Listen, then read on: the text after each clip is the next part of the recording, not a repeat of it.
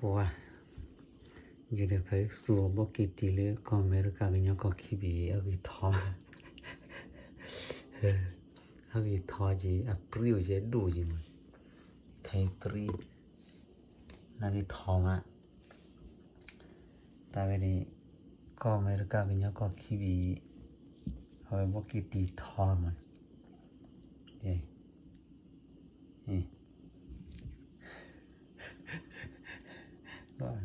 Đi về mà đi thò đã chỗ về rồi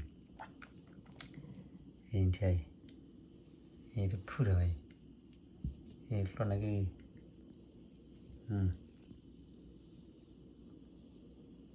qua vì có chẳng là bồi ai đi còn lại này cái cha su lắm mà em mera đó đủ khi bố ra lấy cái mera về mà nó em bảo cái gì này bảo cái cha su vào lấy khui còn lấy ta khỉ là liền mà cái là chọn khai lấy đi thò đi về còn mấy cái này về còn lấy cái này về hay là bảo cái đi thò mà nó chú lấy ra lúc họ khôn là thò đúng mà thì còn là rồi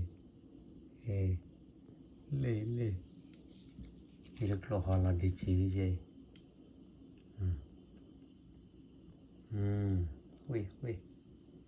ui gọi là cho nó coi với cái thì được lôi thử ngoài mấy lôi thò chán nào có tụi lui chạy